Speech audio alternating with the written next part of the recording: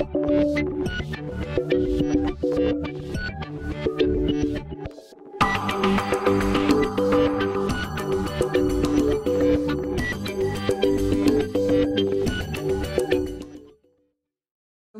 muy buenas tardes. Esta es nuestra conferencia final. Es el cierre del coloquio y es un cierre con broche de oro. Tenemos el gusto de haber invitado y que ella haya aceptado a la doctora María Emilia Tijoux. Ella es doctora en Sociología por la Universidad de París 8. Es académica, investigadora de la Universidad de Chile y ha estudiado el fenómeno migratorio de hijos de migrantes, racialización, sexualización, explotación laboral, hacinamiento, trayectorias migratorias y el racismo que hoy afecta a la sociedad chilena. Es precisamente el tema al que nos va a hablar. Ha publicado diversos artículos sobre las temáticas, destacando su último libro, Racismo en Chile, la piel como marca de la inmigración.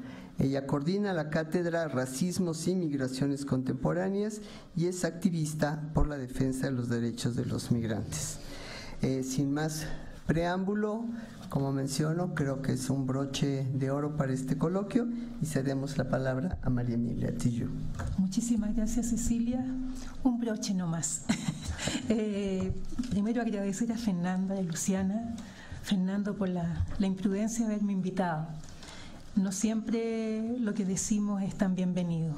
En Chile ha costado mucho hablar de racismo. Por lo tanto, muchísimas gracias a esta invitación. He estado frente a ponencias fantásticas. Aquí hay una producción envidiable. No digo que no haya en Chile, pero cuesta todavía salir de ese lugar tan lejano, ¿no?, del sur, para poder hablar de estas cosas. Por lo tanto, lo primero es agradecer esta invitación que me honra respecto a una temática dada a nivel mundial que produce violencias, y lo digo en plural, y que daña a toda la humanidad.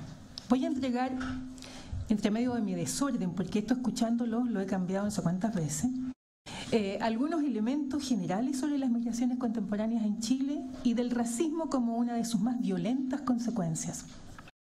Debido a las múltiples aristas de este fenómeno, siempre en transformación, entregaré solamente algunas cosas sobre el que sucede y que emerge de la participación que tengo ya hace varios años en organizaciones de promigrantes con inmigrantes y de investigaciones sociológicas, entre las que destacan algunas que las nombro: trayectorias laborales de inmigrantes peruanos en Chile, vida cotidiana escolar de niños y niñas hijos de inmigrantes peruanos en Chile, vida cotidiana también de niños hijos de inmigrantes afro, inmigrantes negros en Chile, prácticas cotidianas de sexualización y racialización, contra el racismo nos educamos, que es una investigación que duró bastante tiempo, y estudios también realizados actualmente con Francia, que se llama La construcción nacional a prueba del extranjero/inmigrante, el problema de la encarnación, incorporación de los traumas históricos en el Estado-Nación. Bueno, y otras más, sobre todo actualmente con inmigración haitiana. Las teorías que hemos usado para leer estas realidades son variadas y se ajustan a lo que el terreno nos va diciendo, ¿no?, destacando la teoría crítica, la de las clases sociales, la de la violencia, la del campo en Bourdieu, la de las interacciones en Simmel y Goffman, y sobre todo la teoría y los trabajos de un núcleo que dirijo ya hace muchos años sobre los cuerpos y emociones, que están un poco, digamos, son un poco centrales en estas cuestiones. Primero, algunas aclaraciones, porque no me voy a extender en esto, ¿no? Muy breve. Aunque aumenta la inmigración, en Chile no llega a un 4%. Primera cosa, o sea, las tesis de la invasión son muy cuestionadas, ¿no? Hasta los años 90, Chile no fue país receptor, sino expulsor de inmigrantes. No hay ley, solo un decreto del año 75 cuando reinaba la dictadura de Pinochet. Las policías hoy deciden sobre las visas y sobre la suerte de los inmigrantes. No hay ninguna institucionalidad. Solo un 1% de los inmigrantes en Chile cometen delitos. Durante el gobierno de Bachelet se presentó un proyecto pensado entre todos nosotros, digo, organizaciones de inmigrantes y promigrantes, derechos humanos, especialistas, académicos, iglesias, funcionarios del Estado, que no fue considerado. Pero a espaldas nuestras, ese mismo gobierno presentó otro, que era peor que el decreto del año 1975. Pero llegaron las elecciones y quedó fuera de agenda. El gobierno derechista de Piñera presentará otro que parece que está basado fundamentalmente en la cuestión laboral, es decir, para que entren inmigrantes y se vayan después de haber trabajado. Vale aclarar también que además de los migrantes a los cuales yo voy a hacer referencia, hay otros que no son considerados inmigrantes, como cubanos y argentinos, por ejemplo, costarricenses, entre otros migrantes que no son migrantes sino extranjeros. Ya lo voy a aclarar. Sin embargo, hace unos meses, para que veamos la rapidez de esto, llegó a la frontera al norte un grupo de 71 cubanos que fueron impedidos de ingresar a Chile. Era la primera vez que eso ocurría. Hecho que da cuenta que la inmigración hacia Chile aumentará y se diversificará. Bueno, después de estas aclaraciones, que son muy generales, pero que yo creo que son realmente importantes, Chile es visto como un país económicamente exitoso y políticamente seguro donde es posible conseguir trabajo. Inmigrantes provenientes de Perú, Bolivia, Ecuador, Colombia, República Dominicana y recientemente Haití y Venezuela han emprendido la ruta de un sueño, donde creen podrán mejorar sus vidas. Si el sueño se derrumba, la ilusión del regreso también, debido a la falta de medios, la lejanía y la situación en sus países de origen. En Chile, ellas y ellos quedan atrapados en una condición, la condición de inmigrante, que los diferencia de los chilenos y de otros extranjeros. Cito: nos dijeron que acá nos respetarían y nos pagarían lo justo, pero ahora vemos que todo es distinto. De todos modos, nos tenemos que quedar. Volver a Haití, eso es imposible. Luis, 2017. Partir, llegar, emigrar, inmigrar, mi país, su país, ellos, nosotros, yo, tú. Esta es una relación compleja con los Estados-naciones y desajustada entre inmigrantes y chilenos que se consideran superiores. Pensamos que para comprender las migraciones y a los inmigrantes, entendiendo que se trata de una relación social, debemos convocar al nosotros, desde diversos hechos sellados de nuestra historia, que gracias al olvido y a la impunidad han conseguido desalojar de nuestros cuerpos y de nuestra conciencia lo negro, lo indígena y lo mestizo. También es necesario acercarse a la luz de nuestras propias migraciones y a lo que develan sobre el racismo, hechos traumáticos de la colonia y de la conformación del Estado-nación chileno, difundidos en textos políticos, históricos y económicos, en periódicos, canciones, dichos, entre otros, que consolidan la antigua historia de la diferencia. Lo digo entre comillas porque lo trabajo críticamente.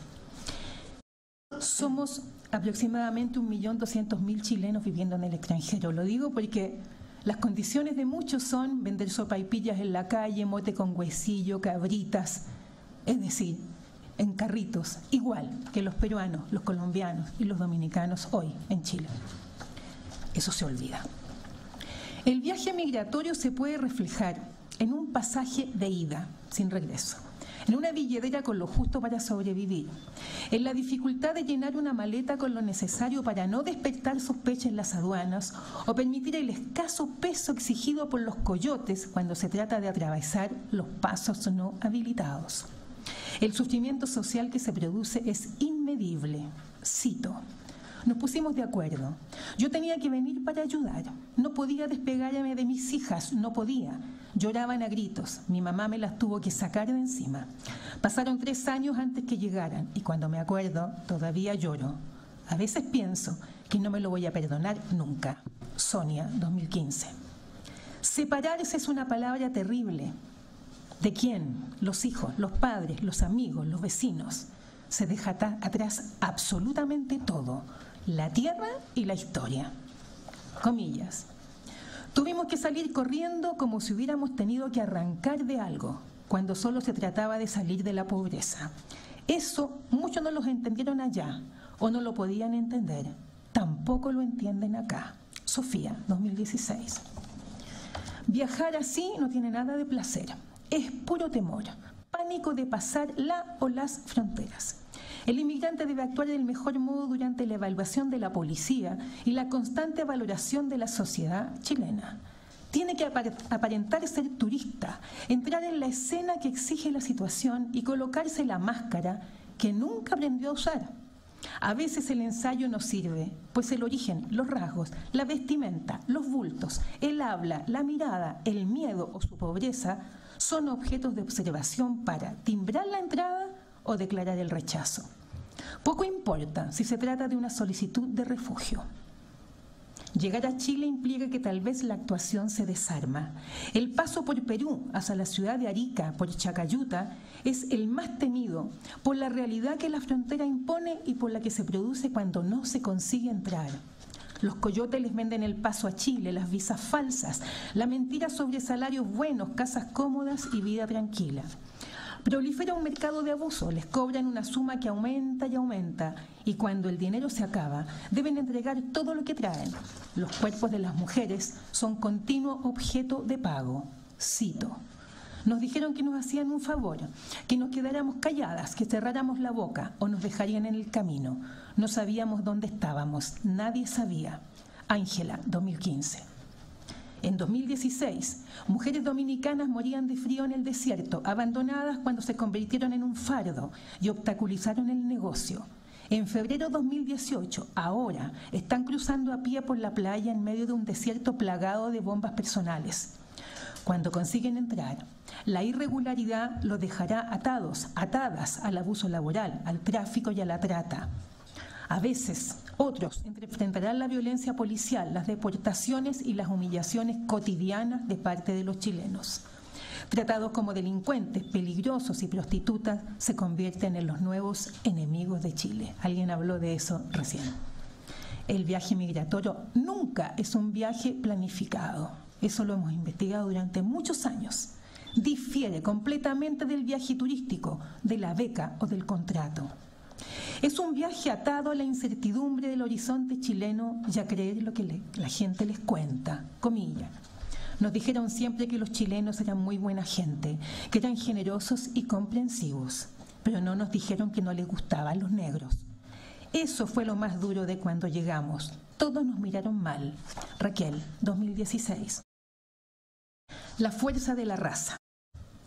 Los inmigrantes son objeto de un proceso de racialización fraguado en la vieja idea de raza, que en Chile se construye en dos momentos históricos políticos: la constitución de los Estados-naciones y la expansión colonial europea. Sin estatus científico y basada en lo biológico, destaca los extremos que hacen posible a la raza.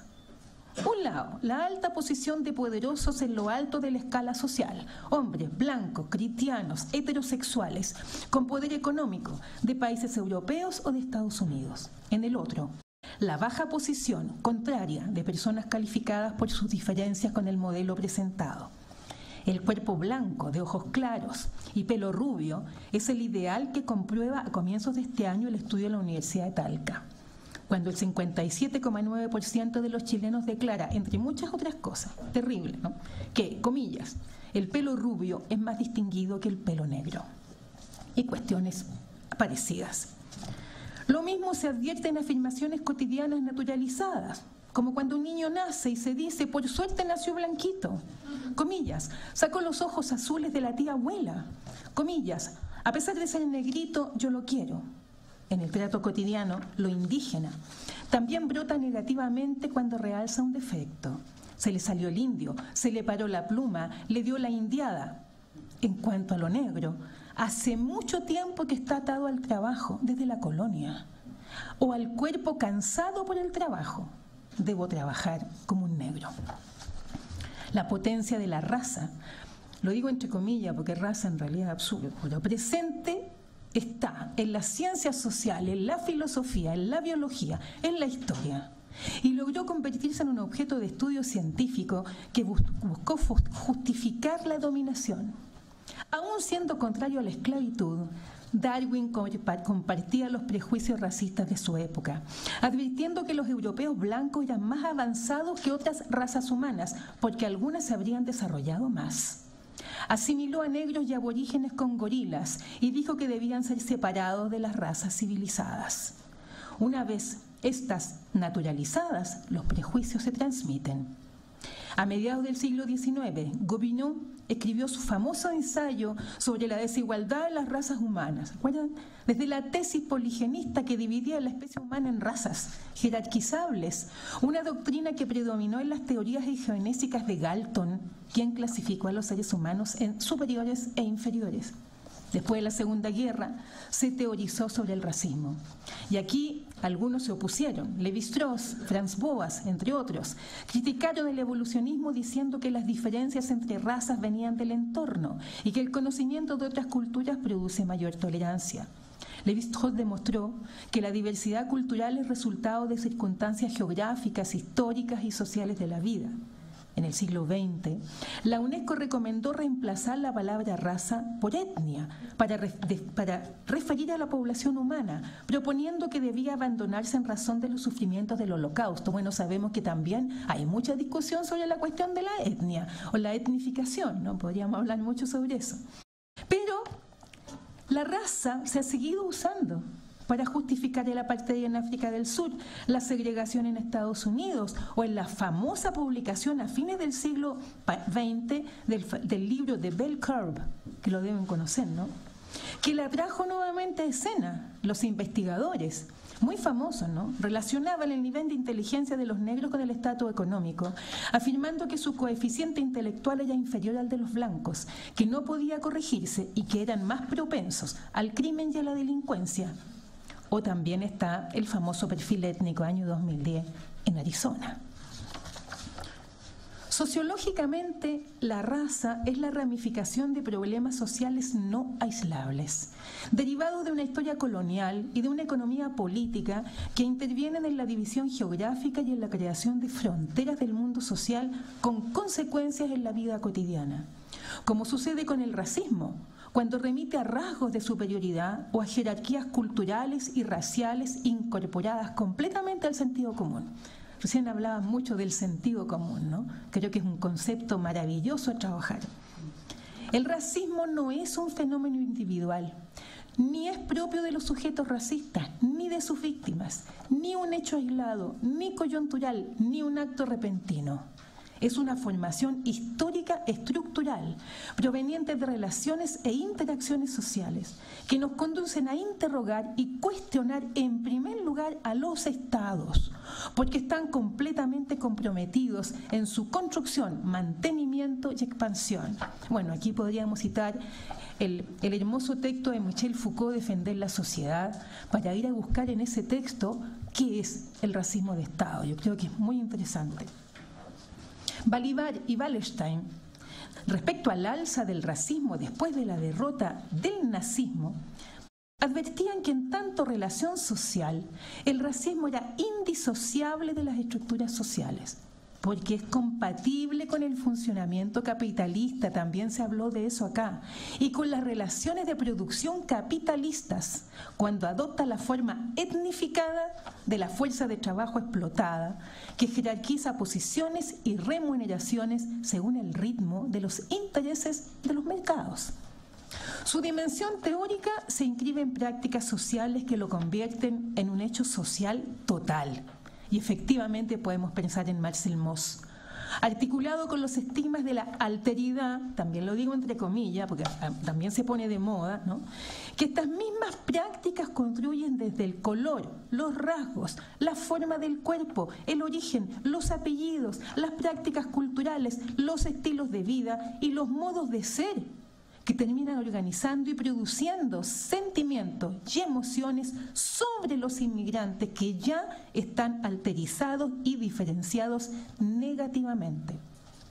Esta es una producción muy útil para el racista, para los racistas, para las instituciones que precisan afincarse tanto en pseudociencias como en significantes que, armadas en clave democrática, les autoriza a tomar decisiones políticas, a hacer leyes, políticas públicas y decretos sobre la inmigración al mismo tiempo que producen pura violencia colectiva. Estamos frente a una combinación de prácticas cotidianas e institucionalizadas que se reflejan en políticas migratorias o de asimilación, pero también en discursos y representaciones sociales. Yo creo que es interesante pensar en esto de la asimilación. En Chile está ocurriendo mucho, y aquí apareció en varios de las exposiciones, diciendo que ya que llegaron tiene que adaptarse a todo lo que hay aquí, ¿no? O sea, olvídate de todo, ¿no? Pero nunca va a ser un chileno, incluso aunque sea hijo, o nieto, o bisnieto, que nos hace pensar en trabajar críticamente el concepto de segunda o tercera o cuarta o no sé cuantita generación, que es una moda que también se ha impuesto, ¿no? Que después ni siquiera la gente conoce el país de donde vino el tatarabuelo y sigue siendo un inmigrante mal visto. El racismo clásico, por ejemplo. Bueno, porque sobre racismo también hay muchísimos trabajos, ¿no? Hay distintos tipos, pero yo pienso que ese racismo clásico, el más primario del que habla Albert Memmi en su famoso libro, que postuló la existencia de razas biológicamente superiores, que se traducían por una superioridad psicológica, social, cultural e incluso espiritual, no nos olvidemos de cuando llegaron a nuestro continente, ¿no? Basándose en relaciones de poder para justificar muchísimos instrumentos de control, de política y formas de comunicación, continúa. Ese racismo biológico, primario o clásico hoy sigue y permanece. Ya no es que solamente la gente no se atreva a decirle al otro que es racista. Hoy día en Chile se dice explícitamente en la calle y a gritos: yo soy racista y quiero que a estos los maten o que no sé qué, a cada rato. Pueden ustedes verificarlo en los periódicos. Hoy se sigue hablando de razas diferentes. Se buscan sofisticadas formas y absurdas técnicas para los controles fronterizos, la persecución, las deportaciones, el castigo y la vigilancia continua de las personas inmigrantes, que además están eternamente bajo sospecha, siempre bajo sospecha. No solamente en la calle, no solamente en los lugares públicos, sino también en los trabajos. Usted inmigrante tiene que trabajar más. 2 veces, como las mujeres, ¿no? Hay que trabajar de nuevo para demostrar que somos mejores que, y si hay inmigrante más. A esto se agregan cuestiones que este último tiempo han sido muy duras: la herencia, la sangre, la salud, la sexualidad, la contaminación y la infección, que sostienen y justifican aún más todas estas prácticas racistas. El año pasado se dijo que los inmigrantes haitianos traían la lepra y que los colombianos el VIH, y así se va dividiendo, ¿no? Este trae tal cosa, este otra cosa, entonces hay que inmunizarse, ¿no? Que vienen todos los trabajos también de autores que conocemos sobre la inmunidad, ¿no? Y cómo podemos autoinmunizarnos, etcétera. Recuerdo respecto a los muchos autores, que tampoco estoy citando algunos, pero Van Dyck, por ejemplo, que alude al racismo latinoamericano, me parece que es bien interesante, porque él dice que se dirige mayormente contra pueblos de ascendencia africana e indígena, percibidos como los más alejados de los patrones positivos. En tanto sistema de dominio étnico, racial, proveniente del colonialismo europeo, que aquí se ha legitimado, que es una suerte de variable, ¿no?, que se ha instalado en nuestro continente. Esa mezcla de razas que atañe a blancos y no blancos, a mestizos y a mulatos, todos víctimas del racismo contemporáneo, latinoamericano, variante del europeo, asocia, sin duda, lo blanco a cualidades y a valores positivos. Inteligencia, habilidad, educación, belleza. Esta es una cuestión muy importante, uno que trabaja el cuerpo y a las emociones, belleza, ¿no? Amabilidad, incluso. Todas estas cosas que les estoy contando son resultados de los trabajos, ¿no? Versus negro e indígena, que porta todo lo contrario, los valores negativos atados a la, se dice, la fealdad, la pereza, la delincuencia, la borrachera, la irresponsabilidad, la mala educación y, en el último trabajo que hicimos el año pasado, la suciedad. Así tranquilamente, ¿no? Entregando la base explicativa de múltiples diferencias jerarquizadas. Es decir, estamos frente a un sistema de clasismo, racismo, que también se combina con el sexismo, logrando que las mujeres sean las más afectadas. La repetición de estas creencias, de estas doxas, ¿no?, hechas verdades, produce al racismo cotidiano. Cuestión que hemos trabajado bastante, que la hemos visto como una dimensión de análisis que permite estudiar los encuentros y experiencias dadas en contextos racialmente estructurados y que advierte sobre el carácter naturalizado e invisible de la violencia manifestada en actos que pasan desapercibidos. Es la dimensión interaccionista del racismo que busca preservar el yo y el nosotros de toda promiscuidad, mestizaje e invasión, potenciado en el carácter rutinario y repetitivo de la vida diaria, que devela el poder tremendo que tiene la violencia simbólica, concepto no siempre bien trabajado porque ella jamás se ve, jamás se nota, no existe. Tenemos que hacer un trabajo muy largo para descubrir que cuando le digo a un hombre me dice a mí, mi amor, pásame el vaso, y está ahí, y yo le digo, sí, mi amor, aquí lo tienes. Esa es violencia simbólica, porque supone que él no puede mover sus dedos para agarrar un vaso. Esto naturaliza el racismo estructural, porque la violencia simbólica del racismo cotidiano es decir todo el tiempo que es un indiecito, que tiene un pelito crespito precioso que se lo quiero tocar. Y así, impunemente, agarran a los niños en sus brazos y los toquetean como si fuera un llavero, un objeto, un no humano. Eso es una de las cosas que más cuesta trabajar. Por eso que el análisis de situaciones racistas construidas en situaciones cotidianas ayuda a comprender la formación del hábitus inmigrante en Chile. ¿Hay un hábitus inmigrante en Chile? Sí, porque entrega elementos estructurales y subjetivos que se incorporan con la presencia de los inmigrantes, abriendo procesos de racialización. Y a este respecto, yo les puedo solamente contar o cantar una canción que dice así, que se canta desde los años 40 para adelante en Chile. Es una ronda infantil en la que yo misma participé hasta que mi abuelo me dijo, usted no canta nunca más eso, y me explicó, menos mal. La canción dice, ¿cuántos panes hay en el horno? Grita una pila de niños. Responden, 21 quemados, los otros. En una ronda, todos saltando con una música, dicen, ¿y quién los quemó? Y todos gritan, el perro judío. Y todos los niños juntos en una ronda con música dicen, atrácale, fuego, que allá voy yo. Esa canción, yo voy a las regiones y yo le digo a la gente, vamos a cantar una canción, y todo el mundo la canta. Esa es la violencia simbólica. Nadie se da cuenta. Y para llegar a un ejemplo más actual, es lo que hacen muchas canciones de los reggaetones, en donde la mujer es una especie de basura y un hombre se pone y se saca las veces que se le antoja. Pero todo el mundo perrea y baila reggaetón en todas las clases sociales, y hoy día en ese espanto llamado Festival de Viña, me disculpan, pero eso es Chile. Y la racialización y la sexualización. No voy a ser muy larga, aunque creo que conversemos. La racialización se funda en la naturaleza, depende de la herencia biológica, se inscribe en relaciones de dominación y subordinación, también hablaron de esto recién, que constriñen en la vida cotidiana, incluso cuando conlleva el proceso de estigmatización que invita a retrabajar la categoría que excluye. Hay un punto de vista histórico a considerar. Pues todo se inicia por una imputación categorial que imponen los grupos dominantes. De allí que ella no puede examinarse solamente desde categorías de pensamiento racialistas, si bien también es necesario, blanco, negro u otras categorías sociales, porque refiere a algo mayor, a una alteridad insuperable y potente que es histórica y es política. Esto provendría en parte, si seguimos a Goffman, de la forma tribal del estigma, ¿recuerdan? Reconocida en comportamientos de descalificación cultural. Es un proceso psicosocial que alteriza a un grupo para eventualmente inferiorizarlo globalmente, según los trabajos de Taguieff.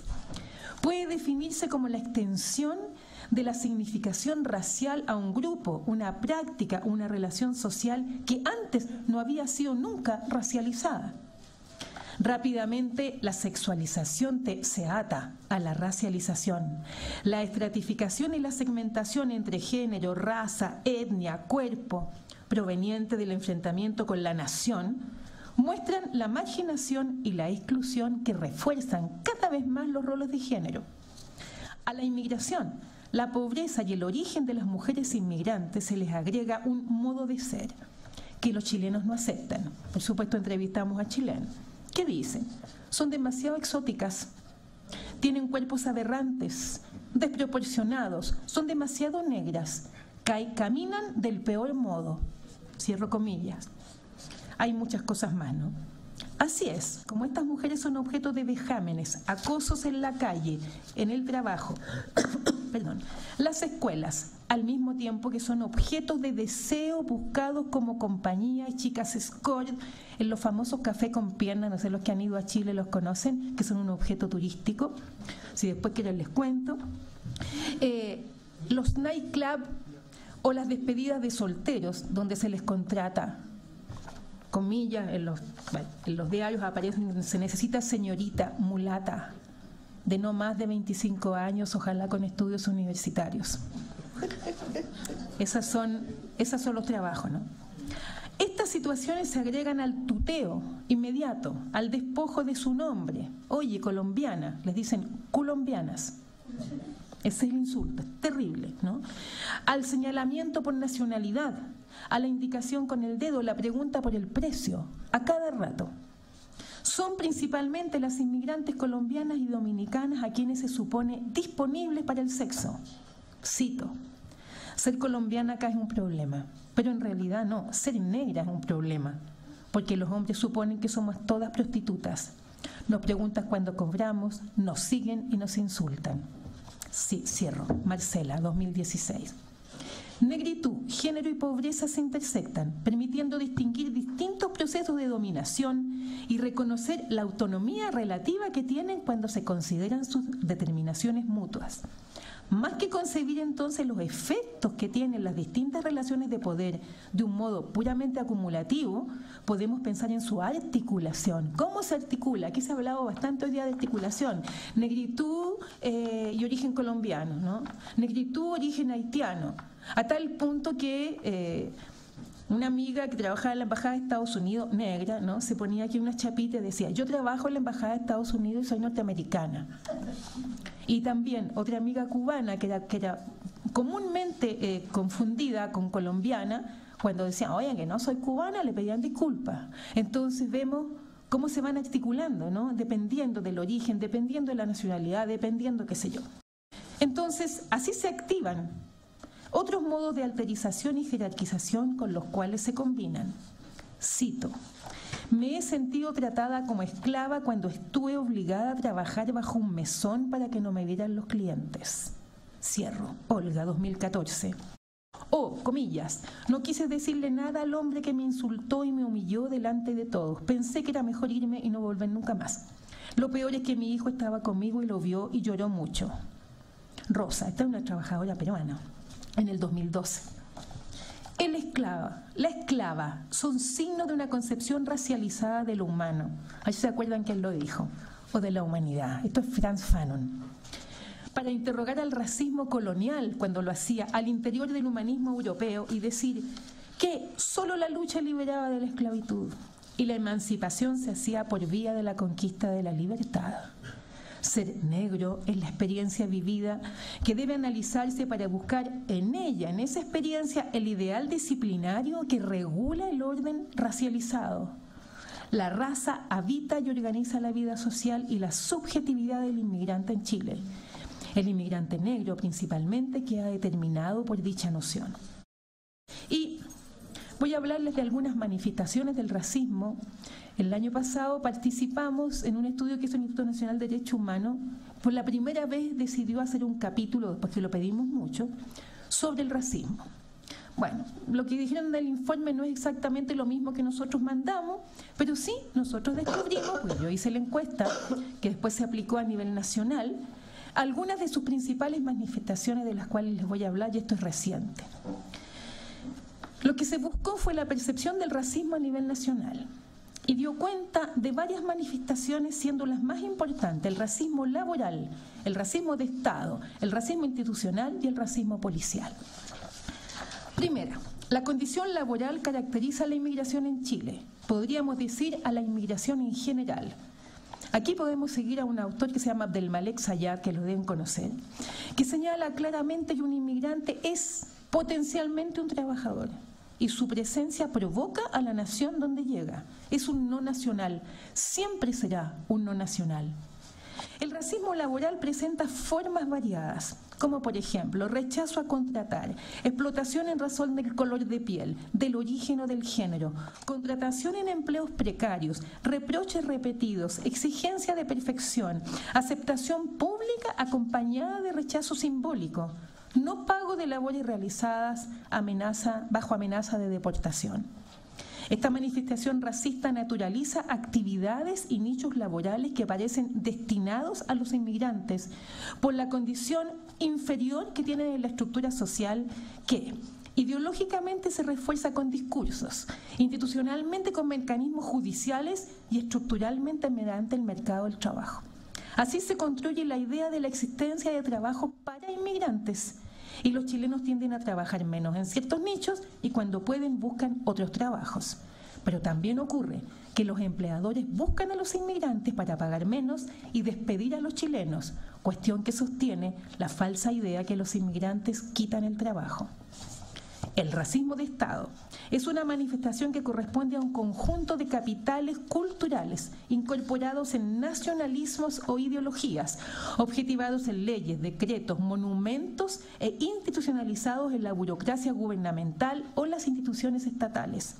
Son capitales producidos por el Estado que emergen de ideas hegemónicas de los grupos dominantes, materializadas en discursos que determinan a los actores de una nación sobre la posición que tienen en la jerarquía racial en el contexto chileno.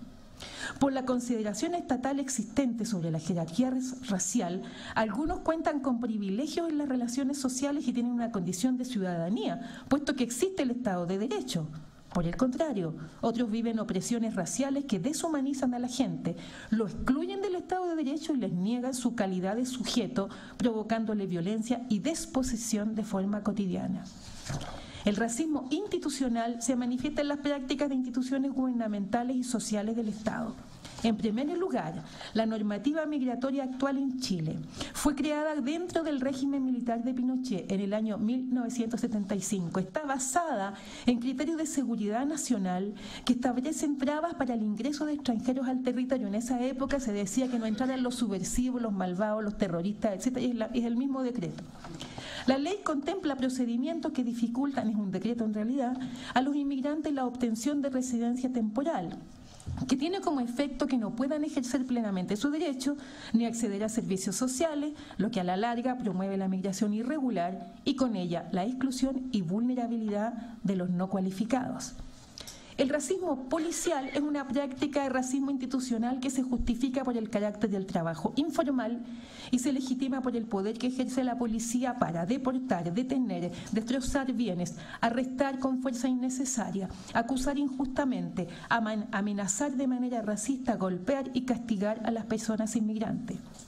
Podemos señalar que a la violencia de clase ejercida en razón de su condición económica se agregan los prejuicios raciales y de género que refuerzan estos actos violentos. La opresión racial y la opresión económica se manifiestan conjuntamente, siendo la opresión racial la que sirve para justificar y legitimar la opresión económica. La muestra más clara del racismo institucional en Chile es la falta de ley, como diría Foucault, un acto racista y de abandono del Estado si lo seguimos, que ha estado acompañado de diversos discursos que buscan regular la inmigración desde los sótanos de las instituciones.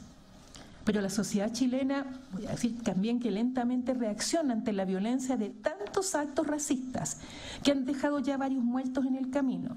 Reacción que puede verse en la solidaridad de las juntas de vecinos, las iglesias, los clubes deportivos y algunas asociaciones de estudiantes, profesionales, trabajadores y algunos sindicatos. La lista hoy es más larga que hace algunos años, solo que la solidaridad no se da del mismo modo con todos los inmigrantes. surge también diferenciada y afectada más por unos que por otros. Hoy día, por ejemplo, la inmigración peruana, que ya es más antigua, no necesariamente está tan de acuerdo con la inmigración haitiana. Y también hay diferencia y a veces maltrato entre dominicanos y haitianos. Es decir, comienza a darse este fenómeno que yo creo que en países de inmigración ya se conocen bastante bien. Pero que esta solidaridad diferenciada por parte de los chilenos, por ejemplo, yo no tengo problema, me decía el otro día una señora, en ayudar a un haitiano, porque son trabajadores ejemplares y nunca reclaman, ¿no? Pero yo no voy a ayudar a un colombiano porque yo no sé si es delincuente. Este tipo de cosas, ¿no?, implica que volvamos a la pregunta por el nosotros, por nuestra historia, por la revisión de nuestros procesos migratorios. Y pensé que cuando estábamos afuera se decía, no es lo mismo que sea una estudiante universitaria que un trabajador sin estudios. Entonces toda la gente contaba que era universitaria para poder conseguir trabajo, aunque no fuera cierto. Tal vez haya que detenerse más a conversar sobre nuestros actos racistas, sobre nuestros racismos, porque brotan espontáneamente, hiriendo a otros sin que después entendamos por qué. ¿Qué es lo que hice? No entiendo, por qué te enojaste, etcétera. Y para concluir voy a tomar algunas cosas sobre la violencia, porque me parece interesante, que lo escuché mucho acá. Yo diría que lo primero a señalar para concluir es la prudencia con la que hay que trabajar esto. Es un fenómeno social incipiente en Chile todavía, no se olviden que solamente a partir del año 90, 95 comenzaron a llegar inmigrantes, ¿no? Porque ¿quién se iba como inmigrante en los 17 años de dictadura, no? ¿Llegaron extranjeros? Sí llegaron.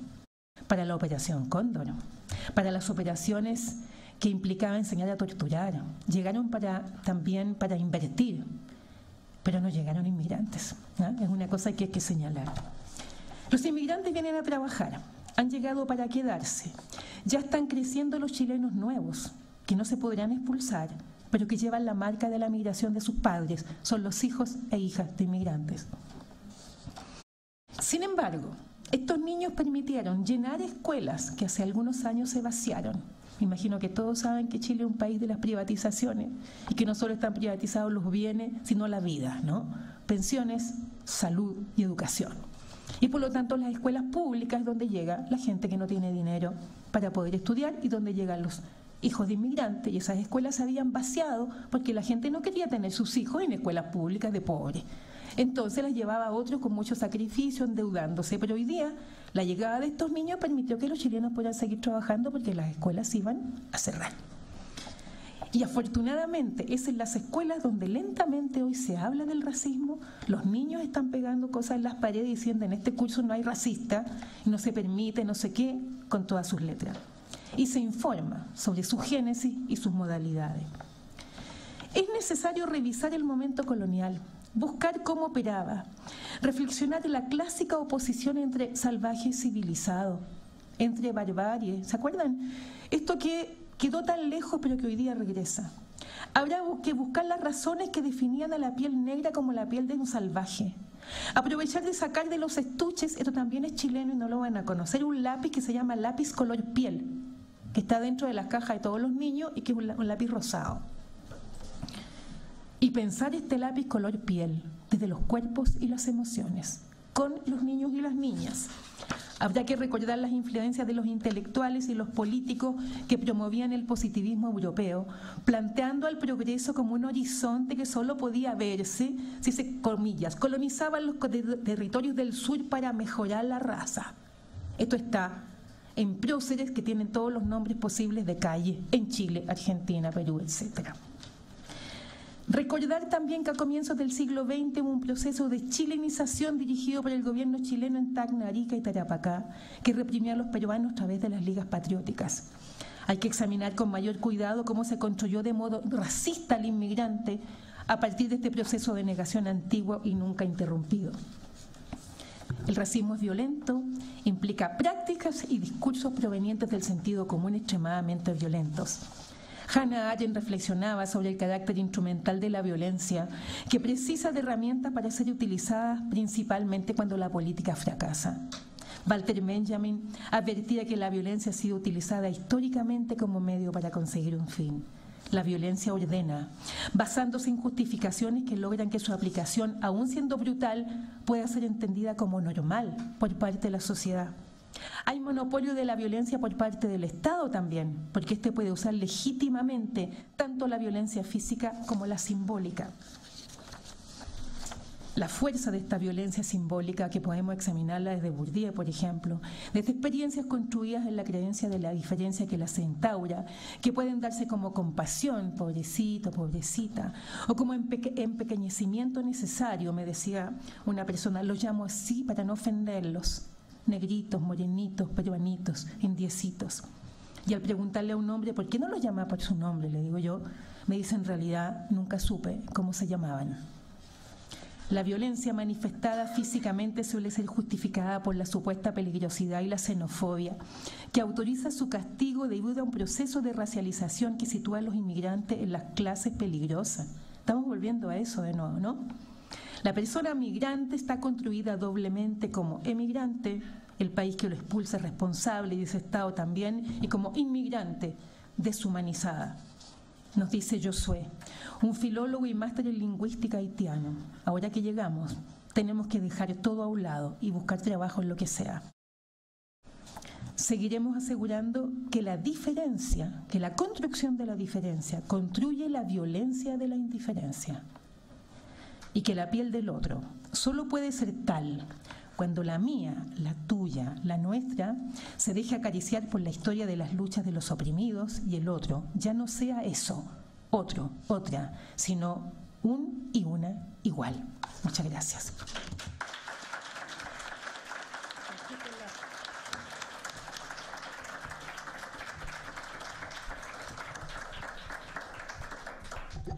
Bueno, pues yo celebro mucho que hayamos cerrado con un tema que me imagino que todo el público encuentra similitudes y diferencias.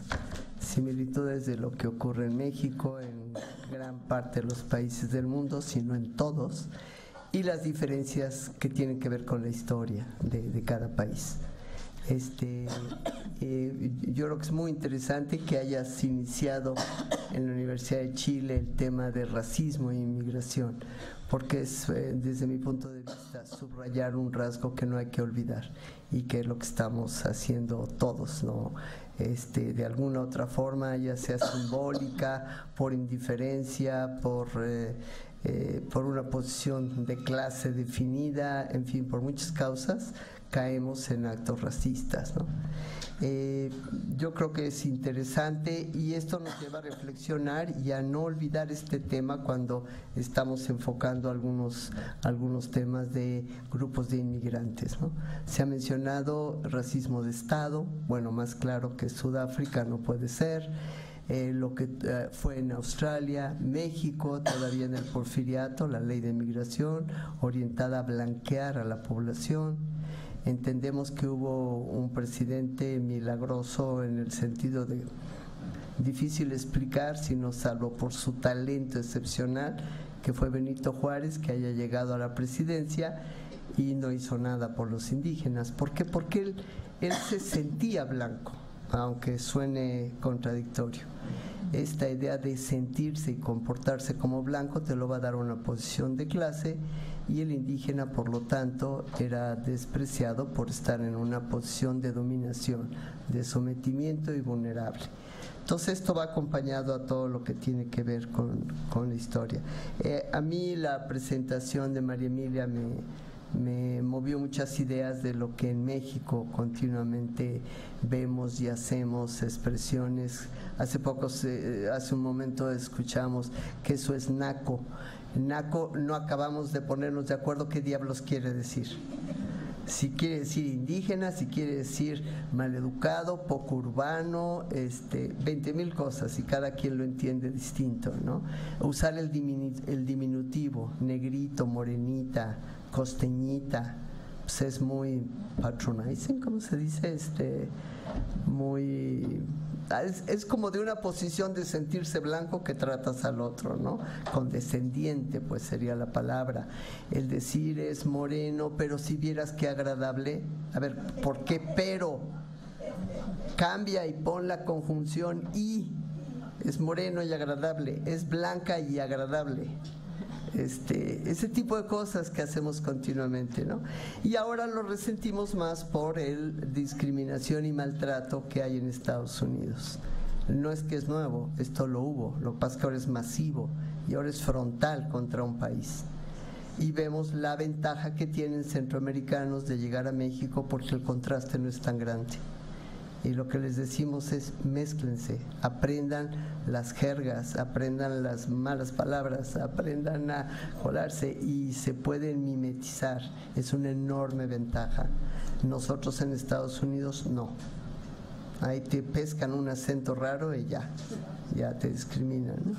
En fin, no sé si hay tiempo para hacer algún comentario muy cortito, si alguien quiere preguntar, porque vamos a hacer el cierre ya definitivo a esta hora. Pero en fin, si no se amontonen. A ver, nuestra amiga Melissa. Si no, seguimos conversando. Pues muchas gracias, María Emilia, por la presentación, y un poco, es más como comentario, como picarle un poquito. Como decía ahorita también Cecilia, yo no veo diferencias en todo lo que nos platicas sobre lo que pasa en Chile, sobre discriminación y xenofobia, con lo que pasa aquí en México.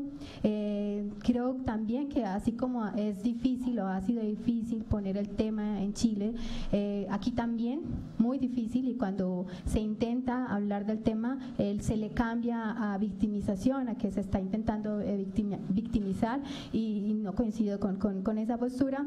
Yo me sigo preguntando cómo es que América Latina, una región en constante movimiento, nos seguimos discriminando entre nosotros. ¿Cómo rompemos ese sentido común, esa visión histórica de que el otro, pero no cualquier otro, el otro que no es blanco, que no es rubio, que no es pobre, no debería estar aquí? Aquí también en México hay seguramente muchos lo han visto, incluso hay páginas, por ejemplo, de internet en contra de la población haitiana. Aquí también quieren matar, en fin.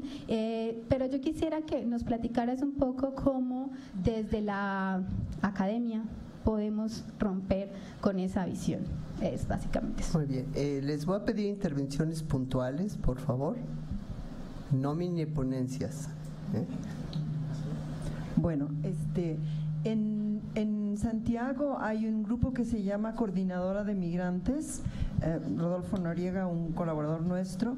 Y yo he tenido cierta dificultad en entender por qué algunos de nuestros defensores de la migración se van demasiado a lo racional y quieren interpretar la ley como cuestiones estrictamente migratorias o legislativas, y entonces entran en los pasillos de los congresos y hacen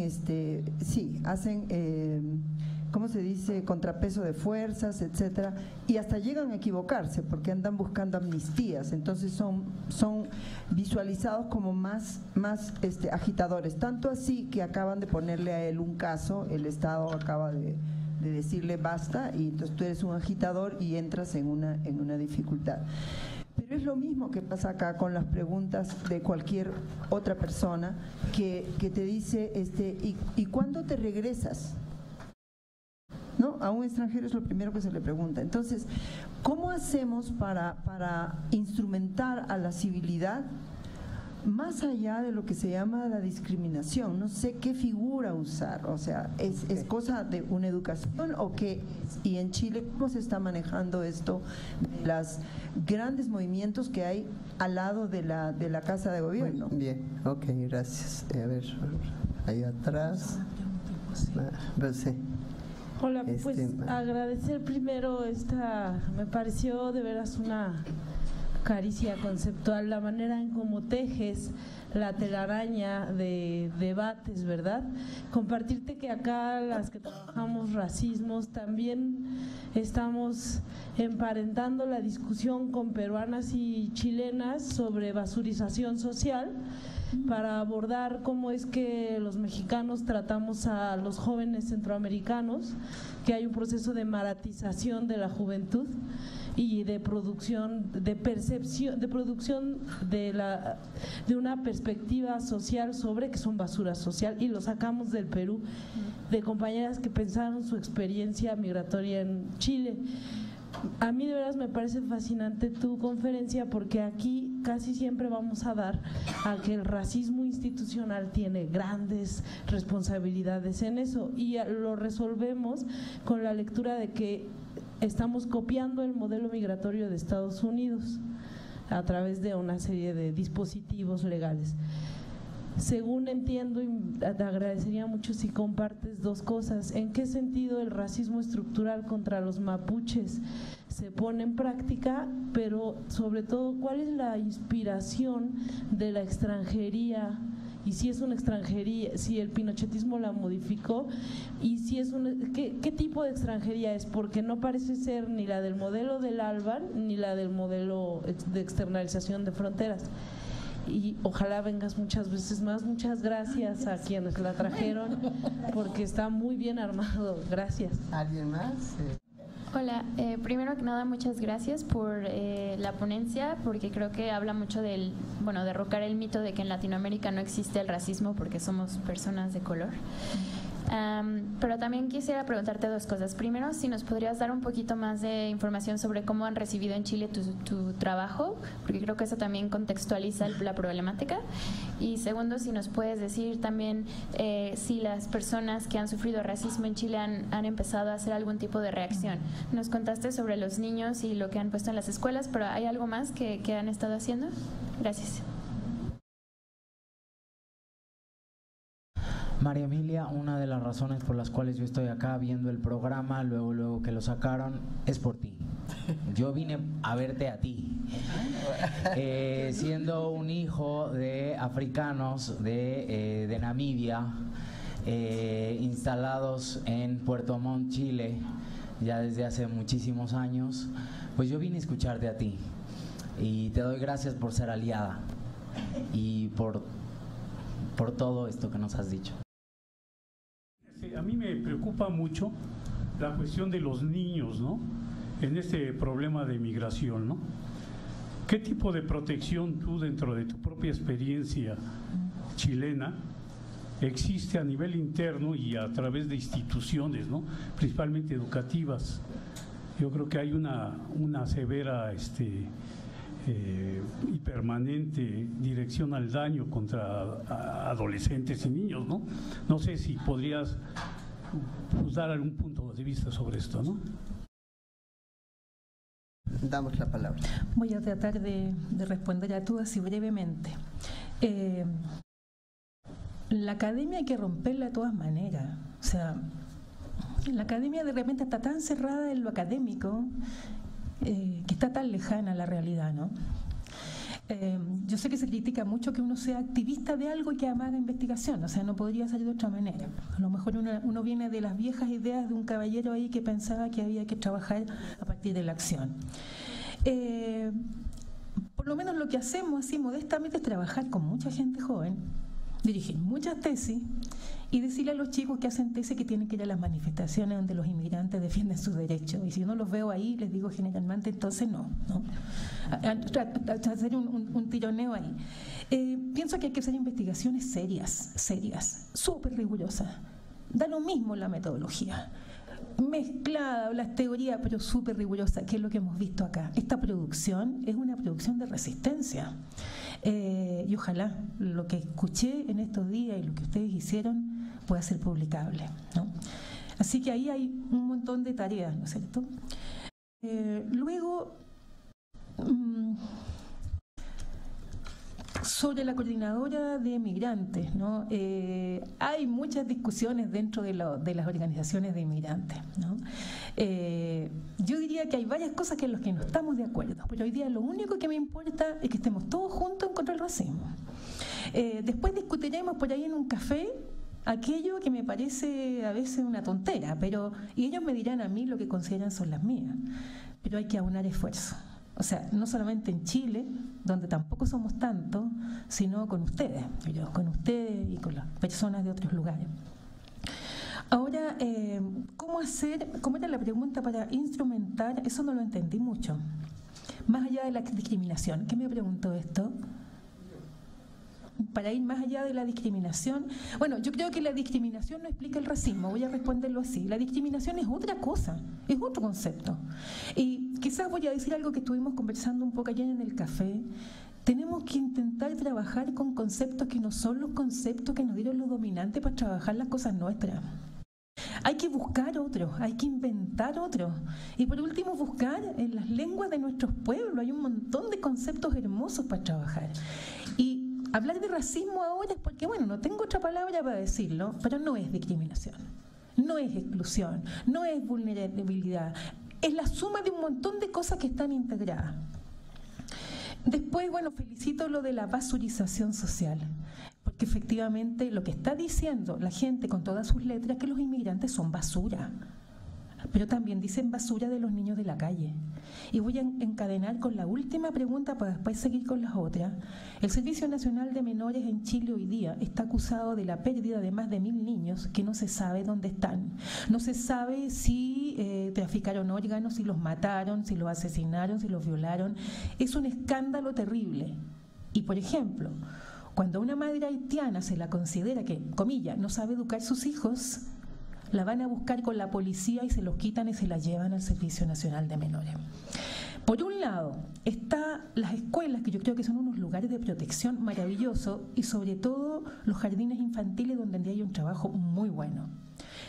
Están también las escuelas básicas donde hay muchos profesores y profesoras que incluso sin tener las herramientas, sin haberse formado, están inventando cómo enfrentar esto, pero están las instituciones. Uno podría hablar de nuevo de racismo institucional. Y los niños están en peligro, no solamente los hijos de inmigrantes, también los niños pobres, pero más aún los hijos e hijas de inmigrantes. Luego, los mapuches, o sea, yo hablo de racismos, no hablé hoy día de los mapuches porque vine a hablar de inmigración. Pero hay racismo en Chile desde hace mucho tiempo, es histórico. Hoy día el pueblo mapuche está rodeado, militarizado, está humillado, todos los días están deteniendo gente, están inventando. Ustedes pueden leer los diarios, hay unas operaciones, un huracán de ahora último, que lo que hizo fue inventarle a dirigentes mapuches importantísimos y pegarle en sus teléfonos mensajes de WhatsApp que demostraban su terrorismo. Tuvieron un montón de tiempo presos. Hubo importantes dirigentes mapuches, como Pascual Pichún, por ejemplo, que murió y que después de que estuvo no sé cuántos años preso siendo inocente. Eso es el pueblo mapuche hoy día, porque fue un pueblo que se ha rebelado. Pero también hay racismo contra el pueblo aymara, contra el pueblo quechua, en el norte de Chile y en la trifrontera con Bolivia y con Perú. Por lo tanto, este racismo de Estado opera globalmente, ¿no? Por un lado y por otro, por eso no pienso que por lo menos hablar de racismos en plural permite, digamos, fundamentar un poco esto que estamos diciendo. Sobre la cuestión de la extranjeridad, bueno, es el control de fronteras que sigue estando presente, porque el control de fronteras para el periodo de la época de Pinochet es muy divertido, porque este decreto de ley está firmado por los 4 miembros de la Junta Militar. Yo tengo una amiga abogado que siempre lo muestra y que es muy divertido, pero es el mismo decreto que sigue hasta hoy día, y la única preocupación es que no entraran terroristas subversivos a molestar a Chile, qué sé yo, y sigue siendo el control fronterizo. Es una de las cuestiones centrales. Luego,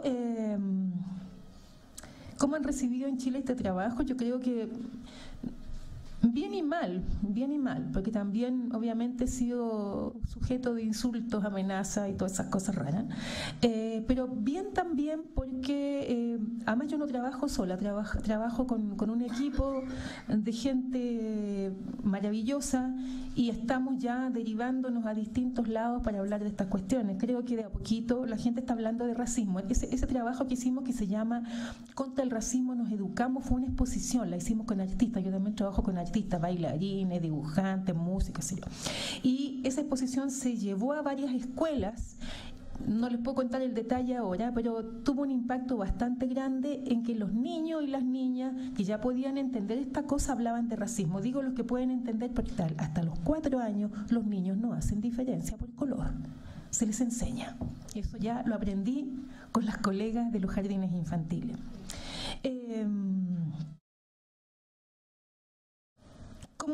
¿Qué hacer? Porque ¿cómo reaccionar frente a esto? Yo creo que ha habido reacciones de distinto tipo. Así como hay grupos neonazis que están surgiendo en todas partes, que son increíbles, porque además tienen distintas estrategias, hay distintos grupos defendiendo también, ayudando y apoyando a los inmigrantes, pero quizás una de las apuestas que tenemos es evitar esa suerte de generosidad que apoya solamente, y de trabajar en conjunto, es decir, los inmigrantes son nuestros colegas. Entonces, yo aquí vine sola, pero cuando ando por allá, no sé, voy con Emmanuel Monpuán, que es un médico haitiano que habla junto conmigo, voy con colegas peruanos, vamos juntos, ¿no? Para evitar que hablemos por su boca, que es una de las cosas que a mí más me preocupa, ¿no? Porque hay que hablar con ellos y con ellas, no por eso también decir que nosotros no podemos hablar sobre lo que ocurre. Pero creo que una de las cosas importantes hoy día es hablar de nuestro racismo. Porque ese nuestro racismo lo tenemos todo puesto adentro y se sale de repente de la manera más extraña. Y creo que esa es una de las posibles reacciones que podemos tener. Le agradezco mucho por el cariño. En Puerto Montt ha llegado muchos inmigrantes haitianos en condiciones bastante terribles y no sé si no respondí a todo, nos encontramos afuera porque estamos justo con el tiempo. 1.000.000 de gracias por todo y sí, espero volver.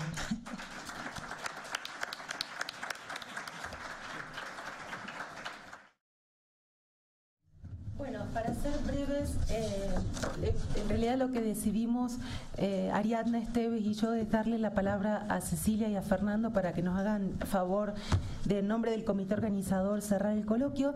Simplemente lo que voy a decir es dar las gracias porque siempre que tenemos un evento de esta naturaleza hay mucha gente trabajando detrás.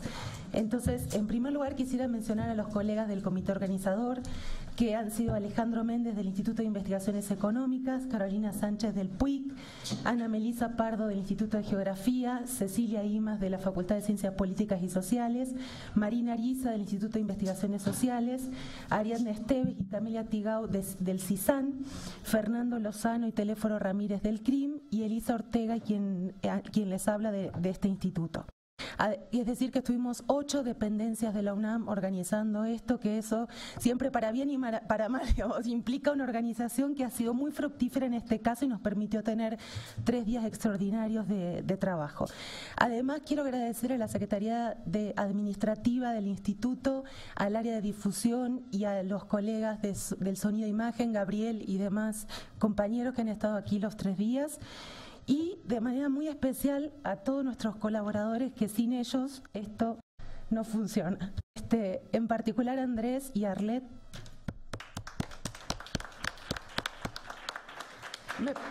Ayer me preguntaron si Arlet había ido al baño y había comido, porque no la vieron levantarse de esa silla, y a Andrés lo vieron en todas partes al mismo tiempo, así que muchísimas gracias por todo su apoyo. Y además quiero agradecer a Itzel y a Roberto, que son del Servicio Social del SUDIMER, a Manuel, a Miguel y Álvaro, que son estudiantes míos, de la Facultad de Psicología, que trabajan con la doctora Miriam Camacho, nos apoya Alan, América, Astrid y Rubí, Ingrid y Janet, que colaboran con la doctora Elisa Ortega, y Omar, que trabaja con la doctora Ariadna Esteves. Así que a todos ellos, muchísimas gracias. Le paso entonces la palabra a mis colegas. Bueno, pues muy breve, nos da mucho gusto como académicos de esta universidad haber organizado ya nuestro tercer coloquio. Agradezco al público, que fue un público muy interesado, muy variado. Optamos por abrirlo, el primero fue universitario, o sea, UNAM. Se abrió y es mucho más rico, más interesante, como son los estudios de migración. Fue una muy buena organización, se le puso un tema que fue la migración en la era del neoconservadurismo, porque es la tendencia dominante. No quiere decir que no hay políticas variadas en diferentes lados del planeta, pero se enfocó aquí, que es lo que estamos padeciendo más. La buena idea de haber empezado con fotografías, a mí se me hizo muy buena, novedosa, fresca y fantásticas fotografías, y los videos que nos presentaron, y tuvimos las mesas muy bien distribuidas: expulsiones, retorno, criminalización de la migración, políticas migratorias restrictivas, discriminación, asilo y refugio, mercado laboral segmentado, violencia, xenofobia, racismo, y terminamos con migración y racismo. Pues realmente reitero el agradecimiento a la organización, el peso que cayó sobre todo sobre el comité directivo, que es Luciana, Fernando y Ariadna, y el resto de nosotros que colaboramos en la medida de nuestras instituciones. Pues es todo. Gracias. Bueno, yo nada más agradezco a todos ustedes su paciencia, sus participaciones. Uno de los objetivos más importantes es no solo escuchar a los que saben, sino también tener ese diálogo con ustedes, y creo que fue algo que logramos aquí, ¿no? Este es el tercer coloquio, lo estamos cerrando, pero viene el cuarto, ¿no? Y creo que la idea tanto del Seminario UNAM de Estudios Migratorios como de las otras instituciones y grupos que se están sumando a esta iniciativa, como es el SUDIMER, como es la Red Migrare, ¿no? Es precisamente eso de construir plataformas en donde participen temas de frontera, en donde podamos tener un diálogo abierto, universitario, de alto rigor académico, en donde participen nuevas perspectivas, nuevas miradas de jóvenes. Siempre hablamos de la importancia de la participación de los jóvenes, pero también tenemos que hablar de la participación de los que ya tienen tiempo en estas lides, que nos recogen y nos hacen repensar esto, vernos no solo como nosotros, como México, Estados Unidos, sino vernos ya en una perspectiva mucho más global, una perspectiva del sur, y que entendamos que en todo esto el trabajo en red es fundamental. Así que con toda seguridad, María Emilia, vamos a seguir trabajando, así que no te salvas, ¿eh? Y bueno, con todos ustedes, ese es el motivo, uno de los objetivos del coloquio, seguir trabajando en red. Y bueno, a todos ustedes les agradecemos su presencia y su participación, y nos vemos en el cuarto coloquio. Bueno, muchas gracias.